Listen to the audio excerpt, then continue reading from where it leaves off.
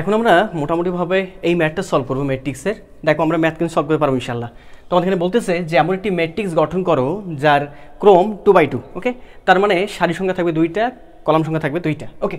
তারপরে বলতেছে এবং যার উপাদান হচ্ছে আমাদের এত। এটা দ্বারা বোঝাচ্ছে যে আসলে আমরা যে উপাদান যে 4টা নিব সেই 4টা উপাদানের মানগুলো হবে এইটার উপর ডিপেন্ড করে, ওকে। তাহলে আমি এক কাজ করে ফেলি, আমরা মনে করি নেই যে আমাদের এ একটা ম্যাট্রিক্স, ওকে। এ একটা ম্যাট্রিক্স এবং এই ম্যাট্রিক্সটা হচ্ছে আমাদের A11, এখানে A12, এখানে আমাদের A21 এবং এখানে A কত বলতো 2, তাই কি না? হ্যাঁ তাই তো হওয়া উচিত, হ্যাঁ, যেহেতু আমাদের 2/2 ক্রমের ম্যাট্রিক্স আমাদের বলে দিচ্ছে, ওকে।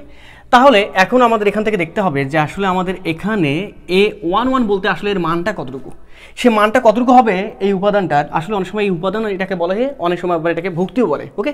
তাহলে এই উপাদান অথবা এই ভুক্তির মানটা কতটুকু হবে সেটা বলতেছে কোনটা থেকে বলতো, এইটা থেকে পাওয়া যাবে। তাহলে আমাদের এখানে বলে দেওয়া আছে I + j, তারপর হবে স্কোয়ার ডিভাইড বাই কত 2। তাহলে এখানে প্রথমটার জন্য I এর মান কত 1, j এর মান কত 1 বলছিলাম তো, হ্যাঁ। তাহলে এখানে আমাদের হচ্ছে এখানে আমাদের 1 + 1, তারপর আমাদের স্কোয়ার ডিভাইড বাই কত 2, তার মানে 4 ডিভাইড বাই 2, তার মানে আলটিমেটলি কত 2। তাহলে প্রথমে A11 যেটা হবে সেটা হবে আমাদের 2। তারপর একটা দেখো 1 প্লাস কত 3 না, হ্যাঁ 1 + 2, তার মানে 1 + 2, তারপরে স্কোয়ার ডিভাইড বাই কত আমাদের 2, তাই তো বলছিল, হ্যাঁ তাই এই সত্য থেকে, হ্যাঁ। তাহলে আমাদের কত আসতেছে 9 ডিভাইড বাই কত 2, তাহলে এখানে বসাই দাও 9 ডিভাইড বাই 2, ওকে।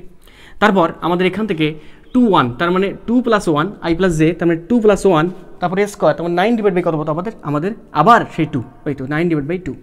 এটা কতটুকু হবে 2 আর 2, দেখো 2 + 2, তারপর আমাদের স্কোয়ার প্লাস কত বলতো আমাদের 2, তার মানে 2 2 4 4 4 16 ডিভাইড বাই 2, তার মানে আলটিমেটলি কত 8। তাহলে এখানে আমাদের 8, কথা ক্লিয়ার? হ্যাঁ।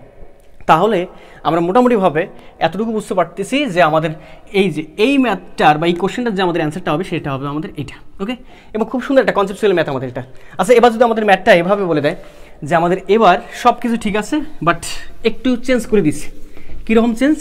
আমাদের এবার বলতেছে যে এমন একটি ম্যাট্রিক্স গঠন করো যার ক্রম হচ্ছে আমাদের, এবার ক্রমটা আমাদের চেঞ্জ করে দিচ্ছে, বলতেছে যে আমাদের ক্রমটা হচ্ছে আমাদের 3/3, ওকে।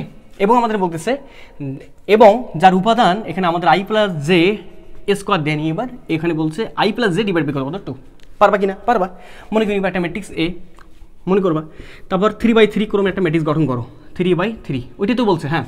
তাহলে এখানে কী হবে A11, A12, আমাদের এখানে A13, তারপর এখানে A21, A22, আর এখানে আমাদের A কত 2 3, আর এখানে A31, A32, এখানে আমাদের A3 কত 3।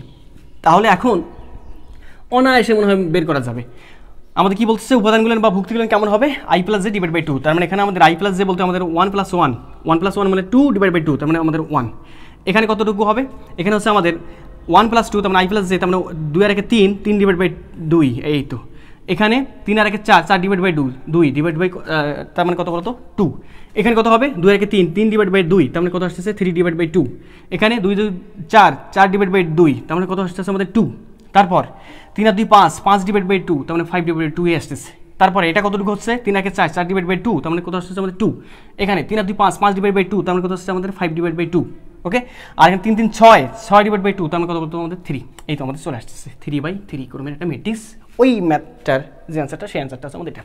তো আশা করতেছি তোমরা বুঝতে পারছো যে আসলে কোনো একটা ক্রম যদি দেওয়া থাকে এবং তার উপাদান যদি হেন্স দেওয়া থাকে যে উপাদানটা আমাদের এটা হবে, তাহলে ওই ম্যাট্রিক্সটা আসলে কীভাবে গঠন করা যায়, ওকে। তো আমরা এখন যে কাজটা করবো মোটামুটিভাবে ম্যাট্রিক্সের আরও কিছু বিষয়ে ধারণা নিব ইনশাআল্লাহ, ওকে।